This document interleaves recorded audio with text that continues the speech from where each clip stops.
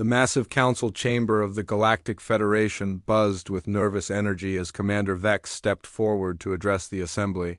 His blue skin glistened under the artificial lights as he prepared to deliver the most shocking news in galactic history. Representatives from hundreds of worlds sat in their designated sections, their various forms creating a rainbow of alien life that had taken millennia to bring together in peace. For 3 standard months, the Federation had been monitoring signals from a small blue planet in an outer spiral arm of the galaxy. The world had been classified as a Class 5 Deathworld, completely uninhabitable by any known species.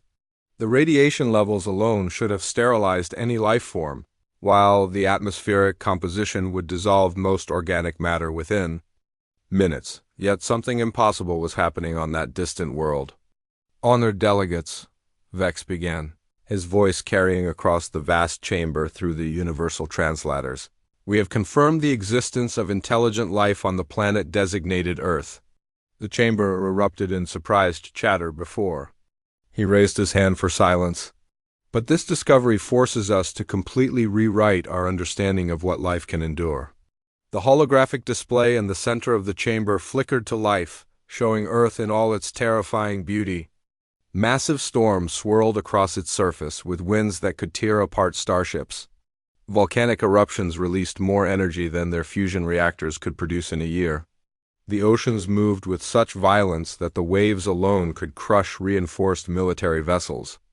Lightning storms discharged electrical energy that would overload their most advanced power grids. Ambassador Kira from the peaceful Deneb system leaned forward in her floating chair, her tentacles writhing with anxiety.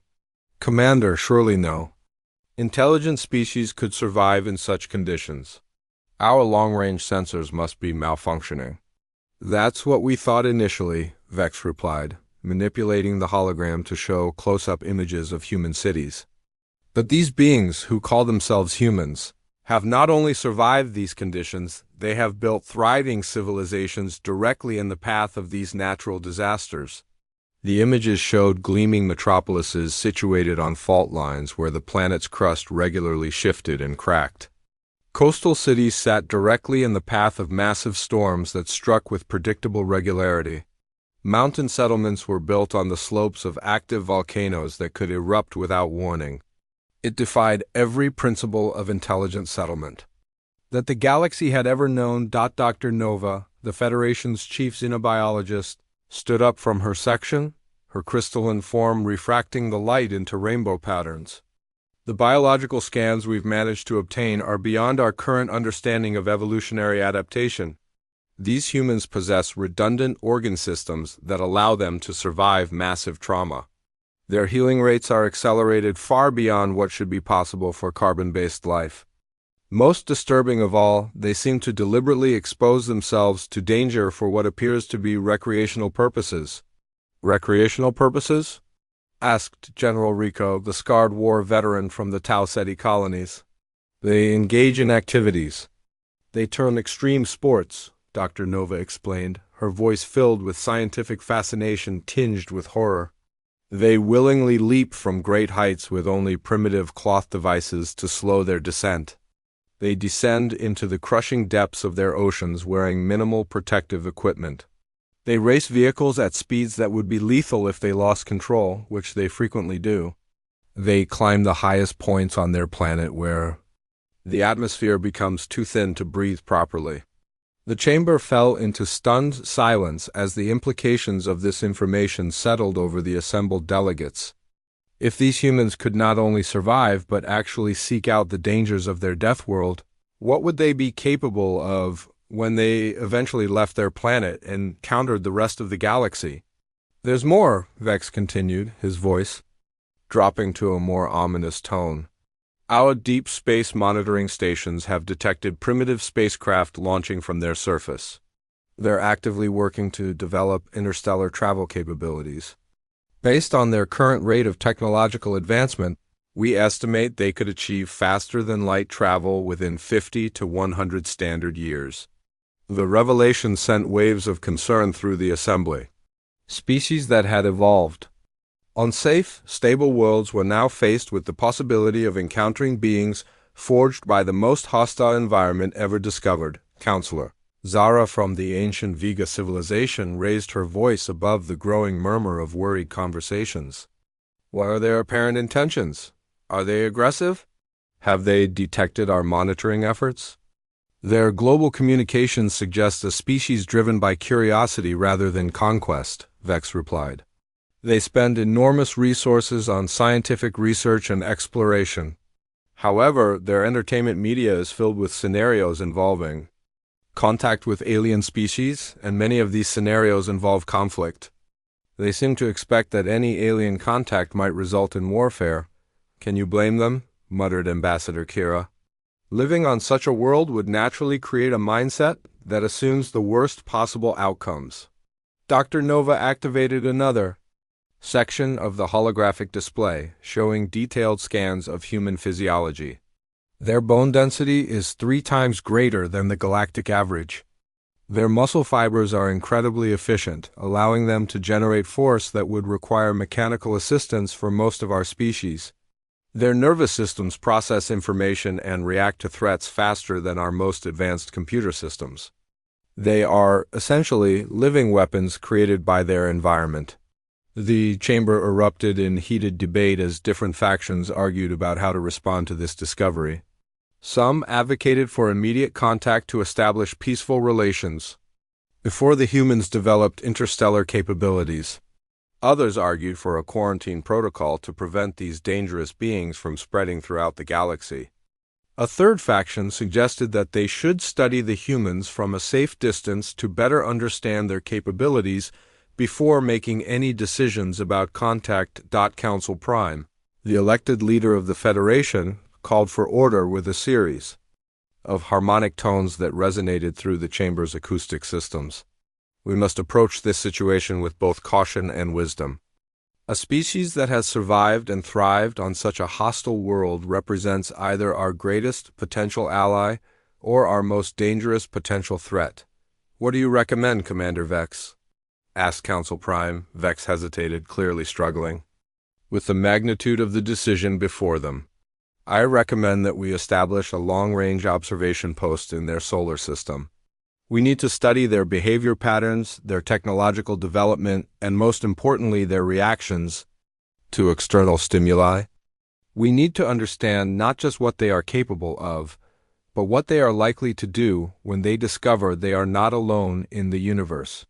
And if they detect our observation efforts, pressed General Rico, then we'll learn something very important about their detection capabilities and their response to unknown contact, Vex replied grimly. Either way, we'll have the information we need to make informed decisions about future interaction. The vote was close, but the decision was made. The Federation would establish a covert observation mission to study humanity from within their own solar system. A volunteer crew would be selected for what could be the most dangerous assignment in galactic history, getting close enough to the ultimate Deathworld to understand its most successful inhabitants. As the assembly dispersed and delegates returned to their respective worlds, one thought echoed through every mind present. The galaxy was balanced on the edge of a new era, and the beings from the Deathworld called Earth would determine whether that era brought unprecedented cooperation or unimaginable conflict.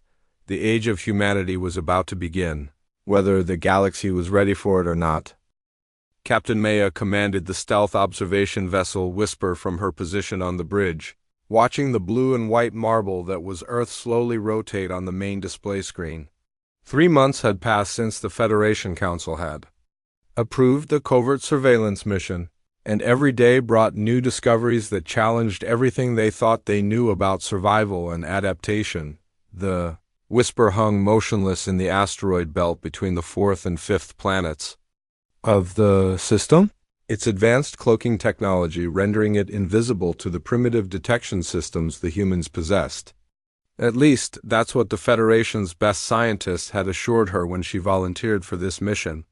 Now, staring at the constant stream of impossible data flowing across her screens, Maya was beginning to question many of the Federation's assumptions about these remarkable beings. Captain, called Lieutenant Dex from the sensor station, his voice filled with the same mixture of wonder and disbelief that had become common aboard the ship. "You need to see what's happening in the northern polar region." The main screen shifted to show a human settlement built entirely on floating ice in one of the most hostile environments on their already hostile planet. The temperature readings showed conditions that would flash freeze most known life forms in seconds. Yet the humans were not only surviving, but appeared to be conducting some form of recreational activities on the frozen surface. "How is this even possible?" Maya whispered, watching human figures moving around outside their shelters, wearing what appeared to be minimal protective clothing. "Our environmental suits would fail in those conditions within minutes." "It gets more interesting," Dex replied, switching to thermal imaging. "Watch their body heat signatures." The screen displayed the humans as bright orange and red shapes against the blue-black background of the deadly cold. Most remarkably, their heat signatures remained stable even when they exposed large portions of their bodies to the freezing air. They were generating their own warmth through some biological process that Federation science couldn't fully explain. Science Officer Luna swam over from her aquatic workstation, her dolphin-like form undulating with excitement. "Captain, I've been analyzing their urban centers, and the patterns are unlike anything in our databases. They've built massive population centers directly on geological fault lines where their planet's crust regularly shifts and cracks. They've constructed ports and harbors in areas that are regularly hit by massive storms that would destroy our strongest structures. They're not just surviving these disasters," added Communications Officer Ben, his forearms gesturing rapidly at his console displays. "They're incorporating them into their infrastructure. They use the power of earthquakes to generate energy. They harness the force of their atmospheric storms to power their cities. They've turned every natural disaster into a resource."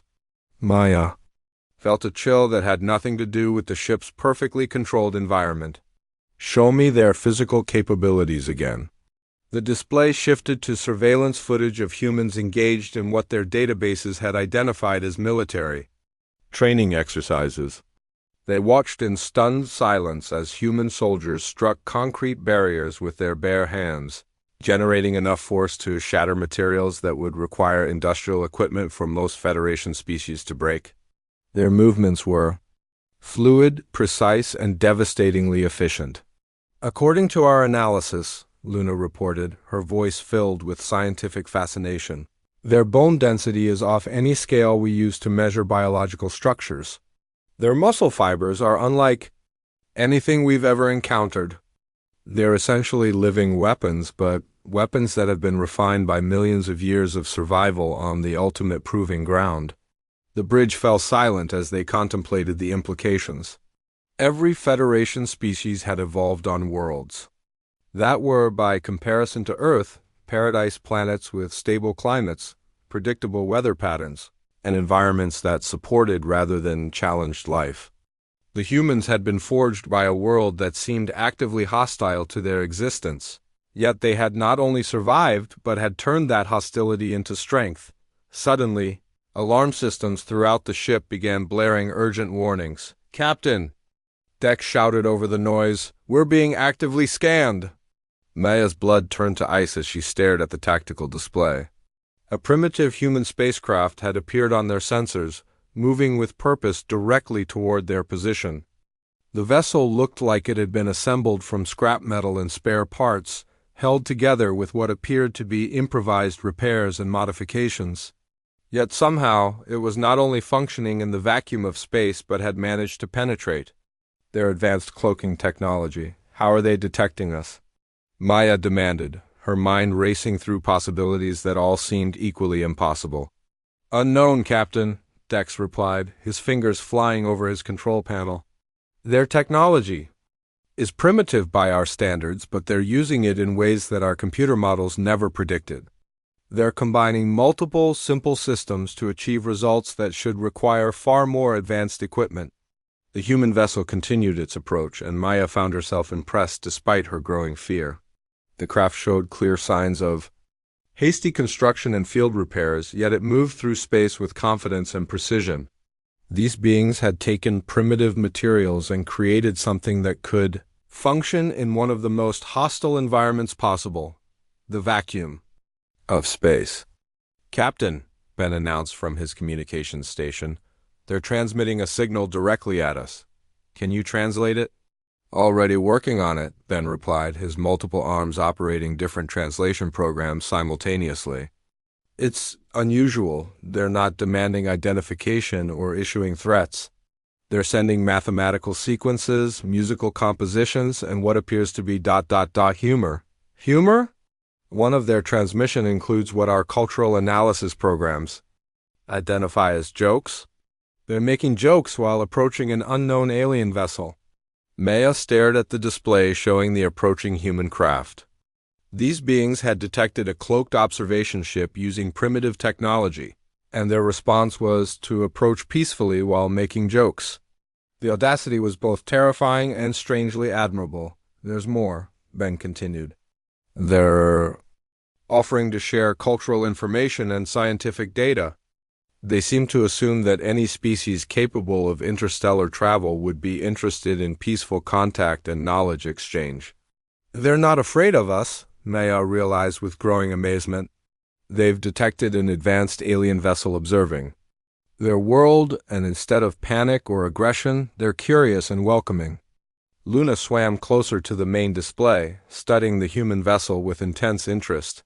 "Look at their engineering solutions. Every repair and modification shows creative problem-solving under resource constraints. They've taken materials that were never designed to work together and created a functional spacecraft. It's not elegant, but it's effective." The human ship settled into a matching orbit a safe distance away, neither advancing threateningly nor retreating. It simply waited, continuing to broadcast its mixture of mathematics, music, and peaceful greetings. "Captain," Dex said quietly, "what are your orders?" Maya looked at her crew, then at the primitive but functional human vessel, and finally at the deadly beautiful planet that had created these remarkable beings.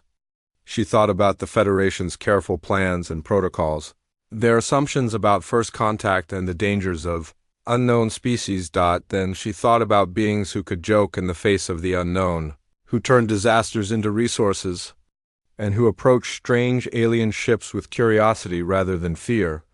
"Open a channel," she ordered. It's time we introduced ourselves.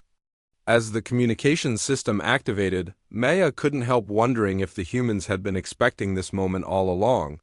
Something told her that these beings who thrived on the impossible had been preparing for contact with the galaxy long before the galaxy had discovered them. The real question wasn't whether they were ready for the Federation. The question was whether the Federation was ready for them. Admiral Rex commanded the Federation test fleet from the bridge of the massive dreadnought Sovereign, his scaled hands gripping the command chair as Earth grew larger on the main viewing screen. The decision had been debated for weeks in the council chambers, but eventually the vote had been unanimous. They needed to test these humans, to understand what they were truly capable of before making any decisions about formal contact or potential alliance. The plan was elegant in its simplicity.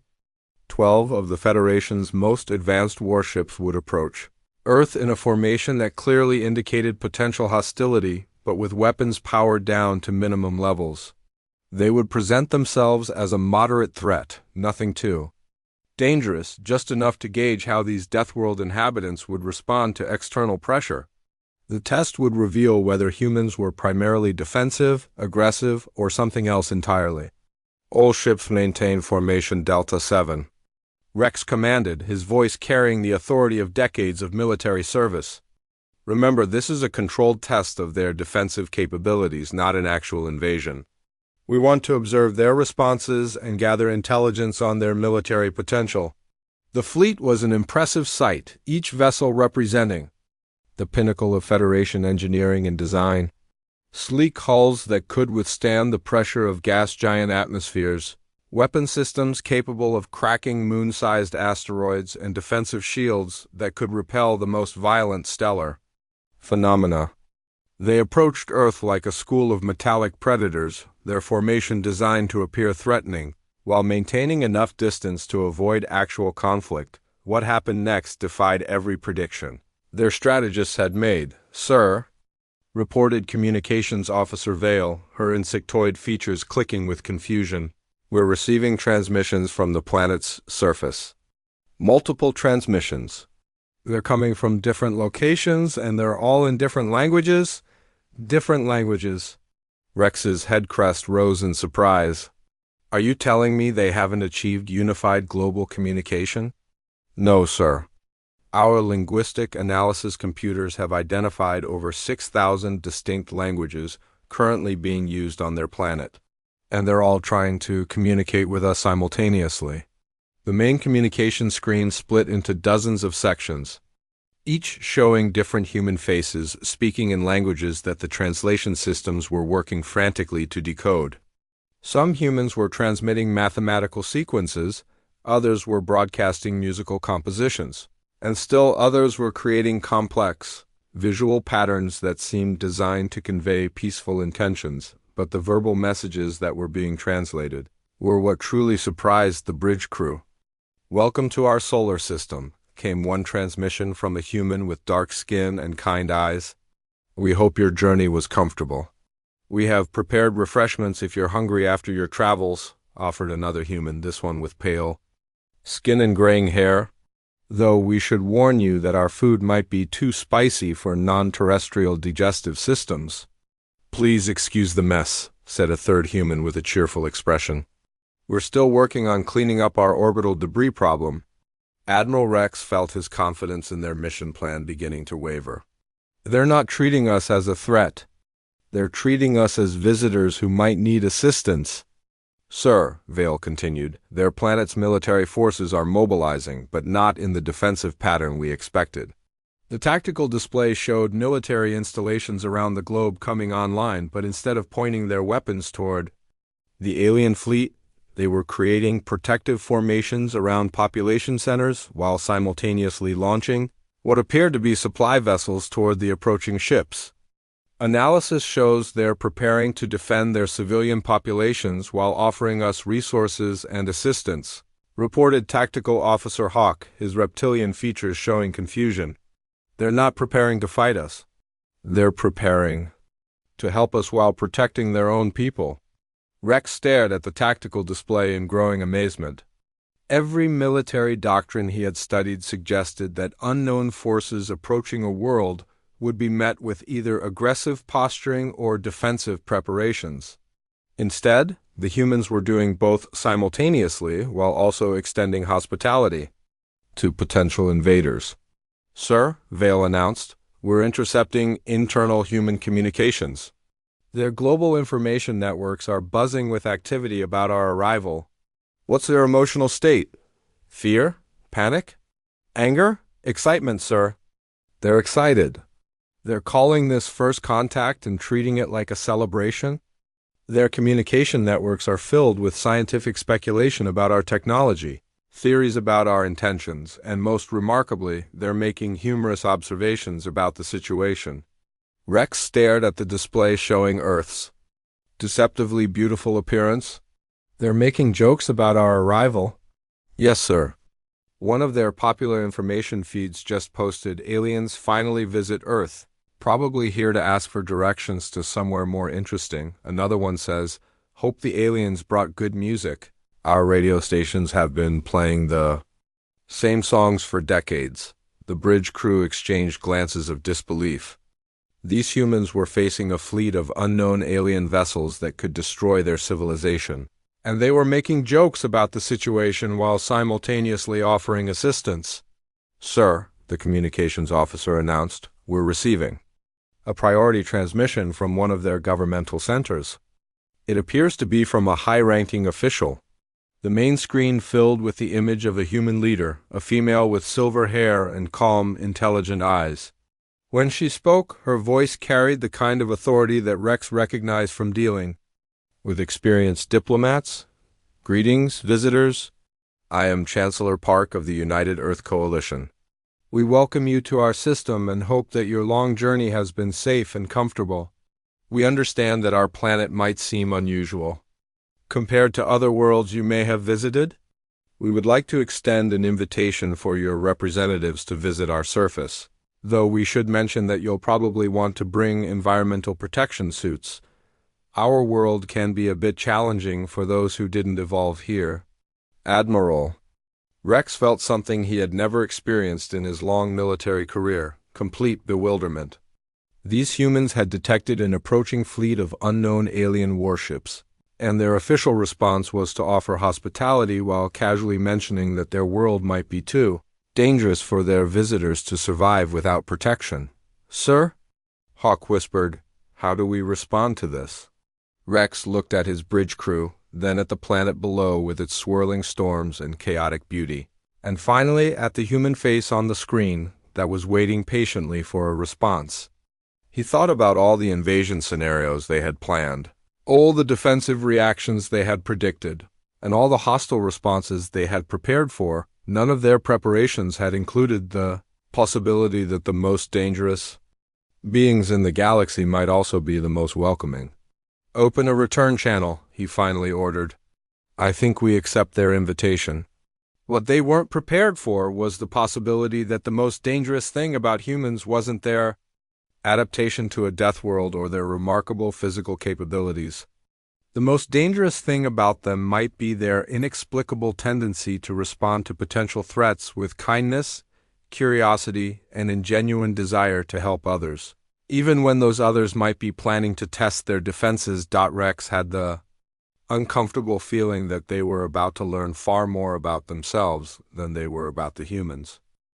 The Federation landing shuttle descended through Earth's atmosphere like a leaf falling through a hurricane, and Admiral Rex was beginning to understand why no sane species would choose to live on this planet. His knuckles had turned white from gripping his safety restraints as the craft was buffeted by wings that would have torn apart most civilian vessels in the galaxy. "Atmospheric entry complete," announced Pilot Kane, though her voice was tight with the strain of keeping their shuttle intact through the violent descent. "I've never experienced turbulence like this on any inhabited world." Through the reinforced viewports, Rex could see electrical storms that lit up the sky like artillery bombardments, while below them stretched an ocean that seemed to be in constant motion, its waves large enough to swallow small cities.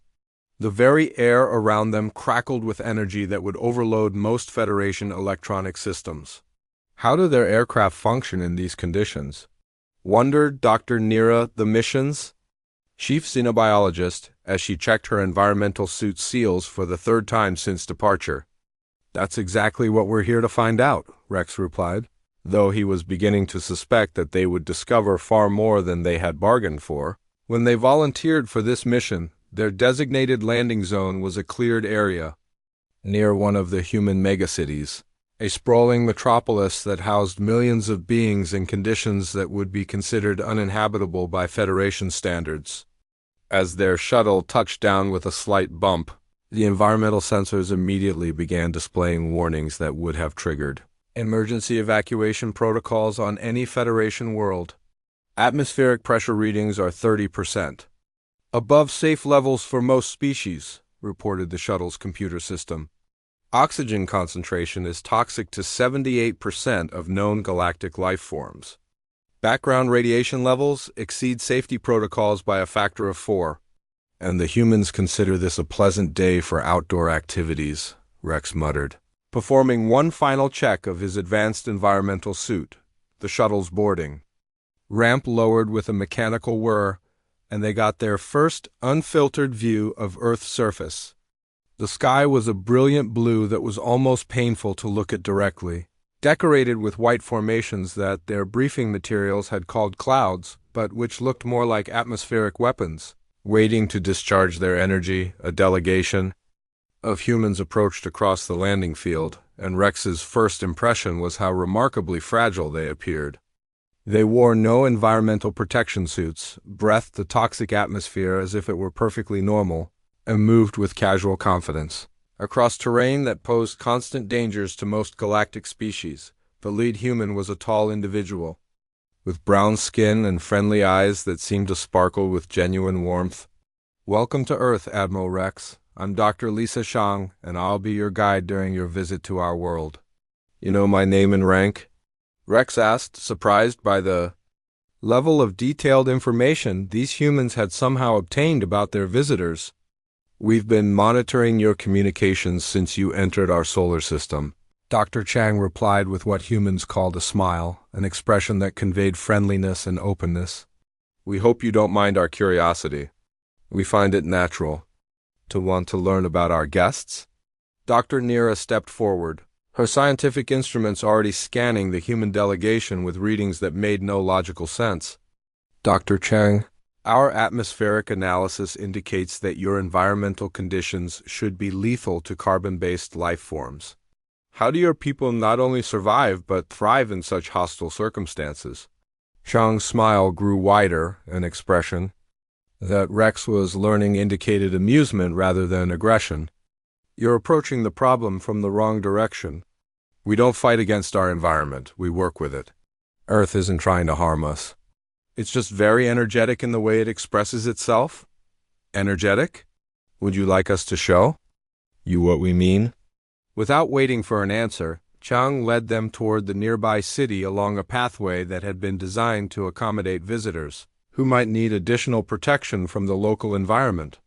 What they saw as they walked challenged every assumption they had made about civilization development on hostile worlds. The human city was a masterpiece of adaptive engineering. Buildings swayed gently with the constant wind rather than resisting their construction incorporating the very forces that made Earth so dangerous to other species. Streets were designed with channels to handle the frequent floods, and the entire infrastructure seemed to dance with the planet's chaotic energy rather than fighting a losing battle against it. "We learned very early in our development that you can't conquer Earth," Chang explained as they walked past structures that bent and flexed with natural forces that would demolish traditional Federation architecture. "You have to become partners with it. Every storm teaches us something new about construction techniques. Every earthquake shows us better ways to build foundations. Every natural disaster becomes a lesson in resilience and adaptation." They paused at an observation platform that overlooked the city's central district. In the distance, a massive storm system was approaching, its clouds towering into the atmosphere like a dark mountain range moving across the landscape. Instead of panic or emergency preparations, the humans around them seemed almost excited by the approaching weather. "That's what we classify as a Category 4 hurricane," Chang said with obvious pride in her voice. "We'll probably lose electrical power for a few days. Maybe experience some flooding in the lower districts, but the city will be fine. We've designed our infrastructure to work with the storm rather than against it." "What happens if your preparations fail?" Rex asked, imagining the devastation such a storm would cause on any Federation world. "Then we'll rebuild using what we learned from the failure. We always do. Every setback teaches us how to do better next time." As they watched, the storm struck the city with a force that would have leveled most galactic settlements. Wind speeds that should have shattered buildings were absorbed by structures that bent like living trees. Rain that fell with the force of projectile weapons was channeled into systems that actually strengthened the city's infrastructure rather than damaging it, but most remarkable of all were the humans themselves. They didn't flee from the storm or hide in underground shelters. Instead, they helped each other secure loose objects, checked on their neighbors, and even seemed to find enjoyment in the chaos. Children played in the flooding streets while their parents worked together to handle the emergency, treating the devastating weather as just another part of daily life. "This is impossible," Dr. Nira whispered, her instruments recording data that contradicted everything she knew about survival biology. "They're not just enduring this destruction. They're thriving because of it." "Now you're beginning to understand," Chang said, her voice warm with the satisfaction of sharing knowledge with curious visitors. "Earth isn't our enemy, it's our teacher. Every challenge it presents makes us stronger, more adaptable, and more united as a species." As the storm passed and the city emerged not only intact but somehow improved by the experience, Rex realized that the Federation had made a fundamental error in their evaluation of humanity. They had assumed that humans were dangerous because they came from a hostile world.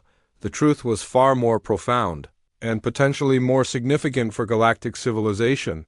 Humans weren't dangerous despite their world's hostility. They were extraordinary because of it. They had been shaped by millions of years of constant challenge into something unique. In the galaxy, a species that didn't just survive change, but actively sought it out as an opportunity for growth. Looking around at the humans who were already beginning repairs and improvements to their city, Rex understood that they weren't just witnesses to an amazing adaptation. They were seeing the future of what intelligent life could become when it stopped trying to control its environment and started learning to dance with it instead. The implications for the rest of the galaxy were staggering. The Federation Council chamber had never held so many representatives at one time, with delegates traveling from the furthest reaches of galactic space to hear Admiral Rex's report on humanity. The tension in the vast assembly hall was so thick it could almost be touched as Rex approached the central podium, carrying data that would reshape their understanding of life itself. "Honored representatives of the Galactic Federation," Rex began, his voice carrying clearly through the chamber's acoustic systems. "After 6 months of direct observation and surface contact with the species known as humans, I must completely revise our initial assessment of both their world and their capabilities." A wave of concerned murmurs swept through the assembled delegates. Species that had never agreed on anything were united in their anxiety about what these Deathworld beings might mean for galactic stability. "Earth is not simply a Class 5 Deathworld," Rex continued, activating the holographic display that showed the planet in all its chaotic beauty. "It is something far more significant than we initially understood. It is a forge that has been creating the ultimate adaptive species for millions of years." The chamber erupted in alarmed chatter before Council Prime called for order with the traditional harmonic tones. Dr. Nira stepped forward to present her biological findings, her tentacles holding data tablets that contained months of careful research. "Every aspect of human physiology and psychology has been shaped by their planet's extreme conditions in ways that surpass our models of evolutionary development. Their immune systems can adapt to biological threats we've never encountered. Their problem-solving abilities are enhanced by constant exposure to life-threatening challenges. Most remarkably, their capacity for cooperation and mutual aid actually increases under stress rather than decreasing as we see in most species." "What exactly are you telling us?" demanded General Rico, his battle scars visible even through his formal diplomatic robes. "I'm telling you that while our civilizations have been developing on safe, stable worlds with predictable conditions," Dr. Nira replied, "Earth has been creating the ultimate survival specialists. Humans don't just endure change and adversity. They have evolved to thrive on it." The implications sent ripples of unease through the chamber as delegates began to understand what they were hearing. Captain Vex stood to add his observations from the extended surface mission. "During our stay on Earth, we witnessed humans responding to natural disasters that would have completely destroyed any of our homeworlds. They didn't just survive these catastrophes. They used them as opportunities to improve their infrastructure, strengthen their communities, and advance their technology." "Furthermore," Rex added, manipulating the holographic display to show examples of human engineering, "their technological development reflects this adaptive philosophy, where we design systems for optimal conditions and controlled environments. Humans build technology that functions reliably in the worst possible circumstances. Their spacecraft may appear primitive to us, but they are virtually indestructible under conditions that would disable our most advanced vessels, Ambassador." Kira from the Deneb system raised her voice above the growing discussion. "Are you suggesting that these humans represent a threat to galactic peace and stability?" "No," Rex said firmly, his voice cutting through the noise in the chamber. "I'm suggesting they represent something far more valuable to our civilization than a threat. They represent hope. The chamber fell completely silent as he continued his explanation. Every species represented in this assembly has faced extinction-level challenges at some point in our history. Natural disasters, diseases, resource depletion, wars, technological failures. We've all developed contingency plans, backup colonies, emergency protocols, but we've never had to face the constant, relentless pressure that has shaped every single day of human existence for their entire evolutionary history. He paused, letting the weight of his words settle over the assembly. Before continuing, what if our safe, stable worlds have made us vulnerable in ways we don't understand?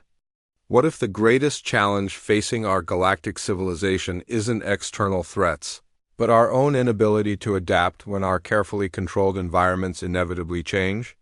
Dr. Neera nodded enthusiastically, her scientific excitement overriding diplomatic protocol. The humans have developed solutions to problems we didn't even know existed. Their approaches to resource management, social cooperation, and technological innovation could revolutionize how we think about everything from city planning to interstellar exploration. But at what cost? Asked Council Prime, voicing the concern that many delegates were feeling.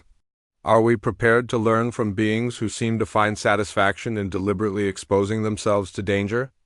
That's exactly the point, Rex replied, his voice carrying the conviction of someone who had witnessed something remarkable firsthand.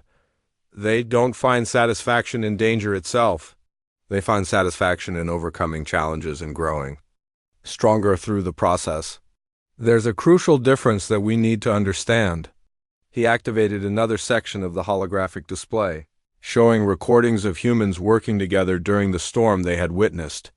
Every challenge they face becomes an opportunity to improve not just their technology or their infrastructure, but themselves as individuals and as a society. They don't see problems as obstacles to be avoided. They see them as puzzles to be solved, lessons to be learned, and chances to become better than they were before. The chamber erupted in intense debate as different factions argued their positions. Some representatives advocated for immediate integration with human civilization, hoping to learn from their remarkable adaptability. Others demanded strict quarantine protocols to protect galactic civilization from such unpredictable influences. A third group called for careful, gradual contact that would allow both sides to adjust to each other slowly. Finally, Elder Voss of the ancient Kepler civilization rose from her section. Her species had survived longer than any other in the galaxy, and her words carried the weight of eons of accumulated wisdom. I have observed the rise and fall of more civilizations than most of you can imagine, she said, her ancient voice somehow carrying clearly throughout the vast chamber. Most fail not because they lack strength or intelligence, but because they lack the ability to change when their circumstances change. These humans you describe are not just survivors of impossible conditions. They are evolution in action, adaptation made manifest. She paused, her ancient eyes seeming to look beyond the present moment into possible futures. Perhaps it is time for our galaxy to learn from the ultimate Deathworld's greatest achievement.